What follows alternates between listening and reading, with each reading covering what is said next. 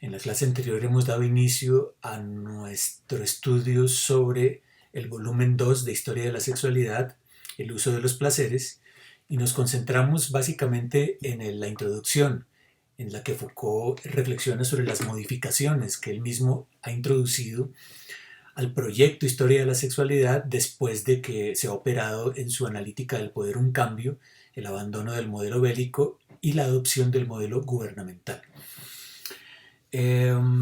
Quizás haya que decir primero que el análisis que hace Foucault de la sexualidad en el mundo griego se desplaza muy por fuera de lo que había sido su reflexión en el volumen 1 de la serie, La voluntad de saber.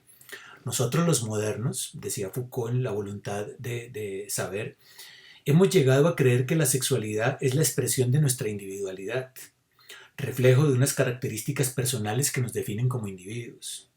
Tenemos una identidad sexual, masculina o femenina, y el modo de expresar esa identidad es lo que marca de forma más profunda nuestra personalidad, nuestra forma de ser. Tanto es así que si conociéramos a fondo nuestra sexualidad, como propone el psicoanálisis, nos conoceremos a nosotros mismos. La sexualidad entonces es la clave para expresar lo que en verdad somos. Y esto ya lo vimos, era el centro de los análisis de Foucault en aquel volumen 1 de la serie. No obstante, al adentrarnos ya al volumen 2, si nos remitimos a los comportamientos sexuales de la Grecia clásica, siglo IV a.C., ninguna de estas atribuciones de la sexualidad existía. Aquello que para nosotros se presenta como algo natural era completamente desconocido en aquella época. En la Grecia clásica, el sexo no expresaba las disposiciones internas de una persona, no reflejaba los contenidos ocultos de su personalidad y tampoco era la manifestación de alguna identidad sexual o, peor, de alguna perversión. No existía entre los griegos ninguna conexión entre la sexualidad y la personalidad. Y tampoco existía entre ellos la consideración de que existieran actos prohibidos o actos permitidos. La reflexión griega sobre la sexualidad no se centraba particularmente en el tipo de acto que se hacía, si eran actos normales o si eran actos patológicos, y tampoco se centraba en el deseo, tratando de determinar su proveniencia, ni en el placer, tratando de determinar cuál es el objeto del placer.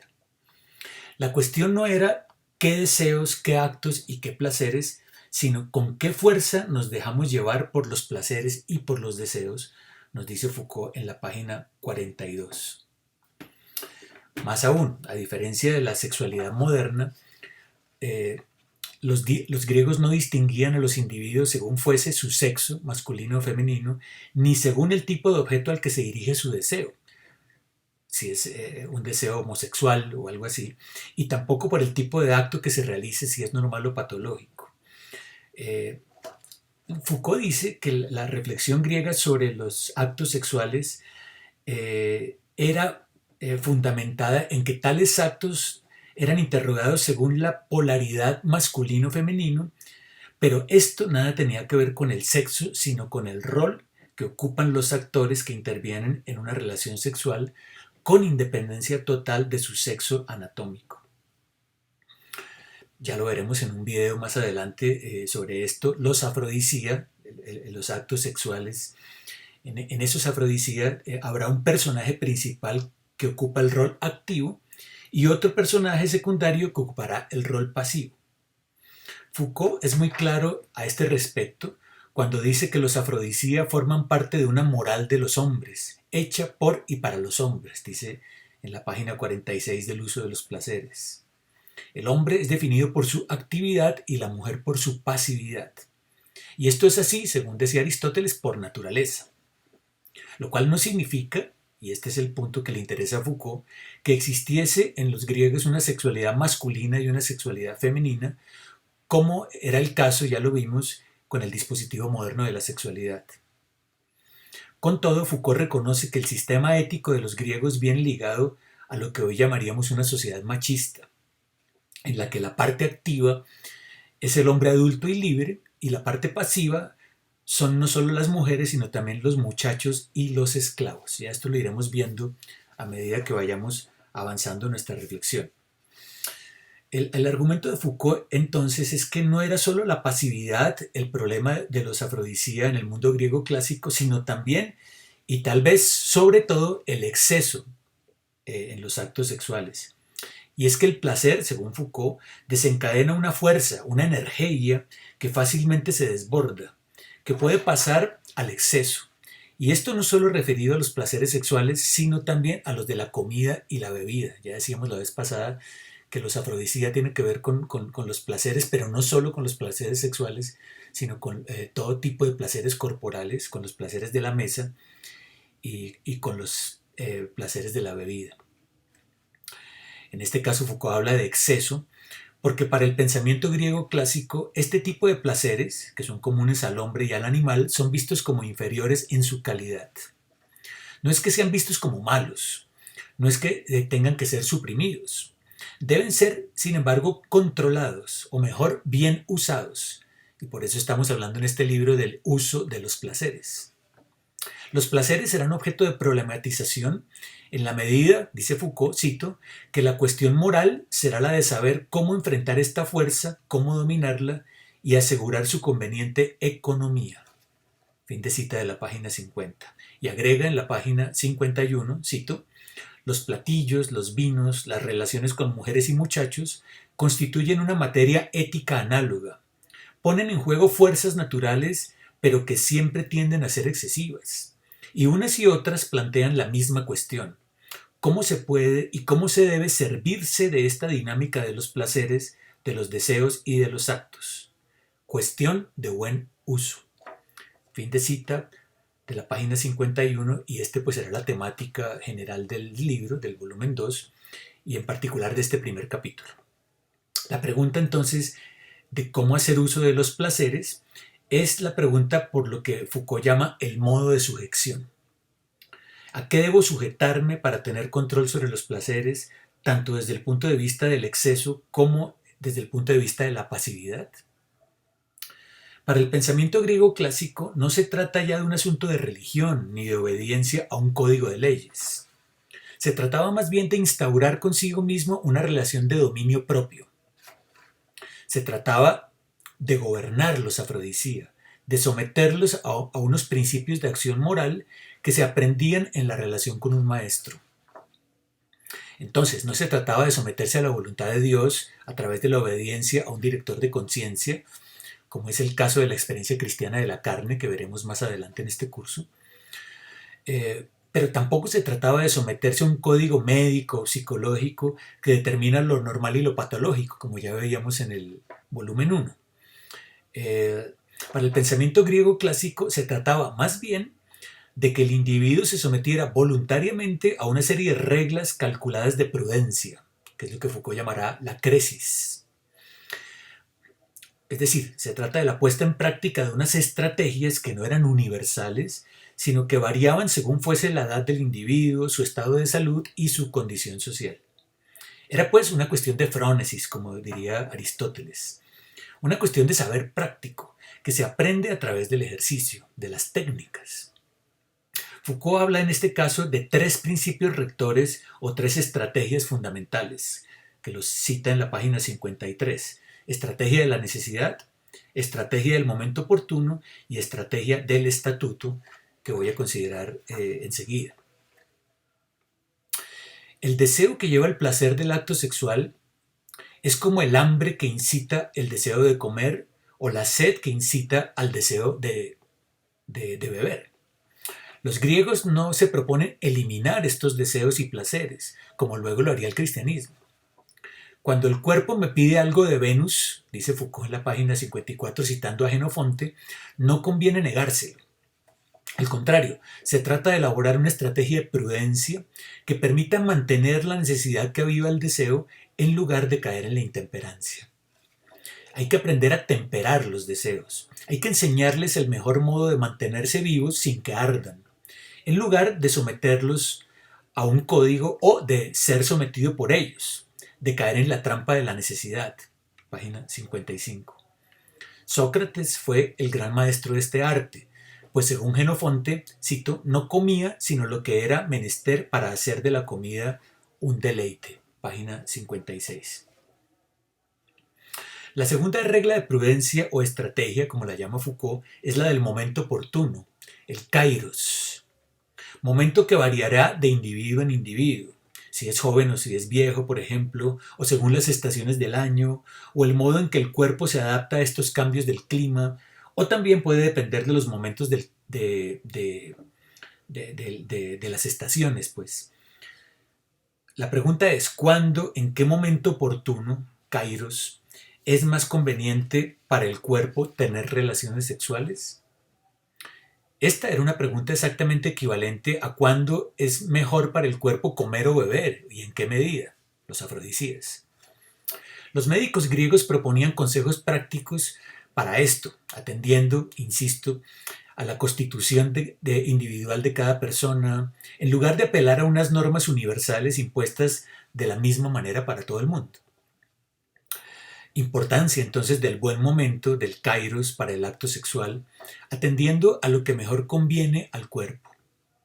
Son ante todo consideraciones médicas, dietéticas, lo que aquí se juega. Pero también entran, como dice Foucault, argumentos de decencia y motivos religiosos relativos a la purificación, al tiempo de los sacrificios que había que hacer a los dioses, etc. Se recomendaba preferir la discreción, preferir la noche para la realización del acto sexual, página 57. Porque quienes desconocen el principio del kairos son intemperantes, esclavos de sus propias pasiones, incapaces de moderación y de ser dueños de sí mismos. El tercer principio al que se refiere Foucault es el estatuto del sujeto. La moral sexual de los griegos es de los hombres y para los hombres. A ellos están dirigidos todos los consejos y las reglas de prudencia a las que se refiere Foucault. Pero atención, no es esto para todos los hombres, sino tan solo para los hombres libres, es decir, aquellos hombres pertenecientes a las clases aristocráticas, aquellos destinados a gobernar la polis, aquellos que debían ser, por tanto, ejemplo para otros. Hay una clara segmentación social que Foucault no oculta. La filosofía griega clásica surge en medio de una sociedad que, no obstante su orientación democrática en el nivel de las decisiones políticas, era profundamente machista y aristocrática y además esclavista, como casi todas las sociedades de la antigüedad. Foucault tiene muy claro esto, y es por eso que ante la pregunta de Dreyfus y Rabinov, ¿piensa usted que los griegos ofrecen una alternativa plausible y atractiva? Foucault les responde, no, no los estoy viendo como una alternativa. No se puede encontrar la solución de un problema en la solución de otro problema que otra gente alcanzó en otro momento. Dice Foucault en esta entrevista que les mencioné la vez pasada sobre la genealogía de la ética, en el libro de Dreyfus y Rabinov, en la página 264. La forma en que los griegos problematizaron los placeres no es ningún modelo al que podamos hoy en día regresar o debamos hacerlo. No obstante, hay algo que sí le interesa mucho a Foucault de los griegos, y lo mencionamos en la sesión anterior, que es el problema de la libertad. Decíamos allí que no se trata, como en Kant, de una libertad inherente al ser humano que le capacite para ser autónomo aún en medio de la normatividad que gobierna el mundo. No se trata de la capacidad que tienen los seres racionales para obrar según leyes que son de otra índole que las leyes naturales, según leyes que son dadas por la propia razón, leyes morales que son de carácter universal. Por eso, para Kant, la libertad equivale a la autonomía de la voluntad frente al determinismo de la naturaleza. Pues de otro modo, si las acciones de las personas estuviesen determinadas por causas naturales o por experiencias empíricas, no podríamos atribuirles a estas personas responsabilidad ni podrían comportarse moralmente. El recurso de Foucault a los griegos, me parece, está motivado por encontrar un modo alternativo o distinto de pensar la relación entre libertad y autonomía. No entiende la autonomía como anclada en la capacidad que tiene la voluntad de formar leyes morales universales, sino como la capacidad de adquirir dominio propio mediante la aplicación de una serie de reglas estatutarias que no son universales y que corresponderían más bien a lo que Kant llamaría la dimensión pragmática del comportamiento. En la ética o en la experiencia griega, Foucault encuentra un modelo que no opone autonomía a determinismo de la naturaleza, como en Kant. Y en este sentido, Foucault diría que Kant continúa atrapado en la hipótesis represiva. La libertad es entendida por Foucault en términos de poder. Es el poder de intervenir sobre uno mismo, de modelar la propia conducta conforme a criterios estéticos sin remitir a ningún tipo de código universal. Esto es lo que Foucault llamará la estética de la existencia, que estudiaremos un poco más adelante. La libertad es el poder que un individuo adquiere para gobernar sus deseos y placeres. Asimismo lo expresa Foucault. Cito: la libertad, entendida como el dominio que los individuos son capaces de ejercer sobre sí mismos, la actitud del individuo respecto de sí mismo, la forma en que asegura su propia libertad respecto a sus deseos, la forma de soberanía que ejerce sobre sí. Esta libertad individual, no obstante, no debe entenderse como la independencia de un libre albedrío. Su contrario, la polaridad a la que se opone, no es un determinismo natural ni la voluntad de una omnipotencia. Es una esclavitud, la esclavitud de uno por uno mismo. Fin de cita de la página 77 del volumen 2 de Historia de la Sexualidad, el uso de los placeres. Bien, que la libertad no es algo natural, que su enemigo no es el determinismo de una ley de la naturaleza, sino que es algo que se adquiere, es un poder que se gana a través del ejercicio y de la aplicación de técnicas, queda claro en la reflexión que hace Foucault en este capítulo 1 en torno al concepto de encrateia. Cito: no podemos comportarnos moralmente más que instaurando en relación con los placeres una actitud de combate. Página 64. Si el deseo es una fuerza que amenaza con exceder su finalidad natural, entonces se hace necesario oponer a esa fuerza otra fuerza que permita contenerla, resistirla y gobernarla. La conducta moral no es entonces otra cosa que una batalla por el poder, dice Foucault en la página 64. La libertad sería, pues, el poder de oponerse a otro poder, que es el poder de los deseos. Y esos deseos no están afuera de mí mismo, no se hallan en un orden diferente al de mi propio cuerpo, sino que están en el cuerpo. Por tanto, el campo de batalla donde se lleva a cabo esa lucha de poderes, donde se da el ejercicio de la libertad, es uno mismo. Cito: la batalla a desarrollar, la victoria a alcanzar, la derrota que se arriesga a sufrir, son procesos y acontecimientos que tienen lugar entre uno y uno mismo. Los adversarios que el individuo debe combatir no solo están en él o cuando mucho cerca de él, son una parte de sí mismo. Fin de cita de la página 66. Bien, esta es otra de las razones por las que Foucault recurre a los griegos. De ellos es posible aprender, haciendo salvedad pues de su circunstancia histórica, el modo en que elaboraron técnicas para luchar contra las formas de sujeción, el modo en que problematizaron la relación de sí consigo, el modo en que elaboraron una práctica de libertad orientada a la desujeción con respecto al imperio de las pasiones y los deseos. Cómo dejar de ser esclavos ya no tanto de otros pueblos o de otras clases sociales, sino esclavos de sí mismos. Esta esclavitud de sí parece ser el gran peligro que Foucault veía en la modernidad.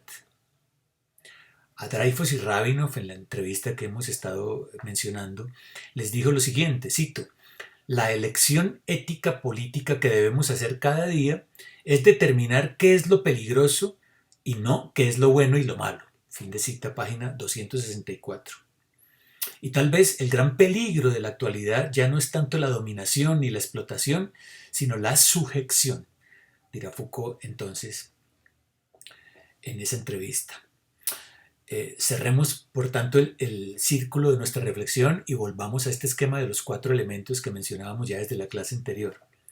Tenemos que, conforme a este esquema, seguido por Foucault, la sustancia ética que es problematizada en la Grecia clásica son los afrodisía, el modo de sujeción son las reglas de prudencia, cresis, concernientes a la necesidad, el momento y el estatuto. El trabajo ético, o forma de elaboración de sí, es el combate por el dominio de uno mismo, encrateia, que consiste, como decía, en establecer voluntariamente consigo mismo una relación agonística. Pero nos falta todavía el cuarto elemento, el telos, la teleología moral, que está en juego en estas prácticas de los griegos, a lo cual deberemos decir entonces que, conforme a lo afirmado por Foucault, ese telos no es otra cosa que la libertad misma. La libertad que alcanza el sujeto moral una vez que es capaz de dominar sus pasiones. El objetivo del trabajo técnico y del trabajo ético consiste para Foucault en el acceso a la templanza, lo que él llama sofrosiné. Es en suma el estado de libertad alcanzado gracias a un trabajo sobre uno mismo. Libertad que, sin embargo, como ya se vio, consistía en el poder de instaurar sobre sí mismo una estructura de virilidad, y a esto voy a referirme en el siguiente video, lo cual reflejará paradójicamente las mismas estructuras sociales de jerarquía y dominación que imperaban en la sociedad griega. En este sentido, diríamos, el concepto de libertad de los griegos está históricamente limitado. No es un universal, no es un modelo al que Foucault está apelando y que haya que rescatar. Pero es un modelo al que Foucault en todo caso recurre para tratar de descubrir en él una estética de la existencia.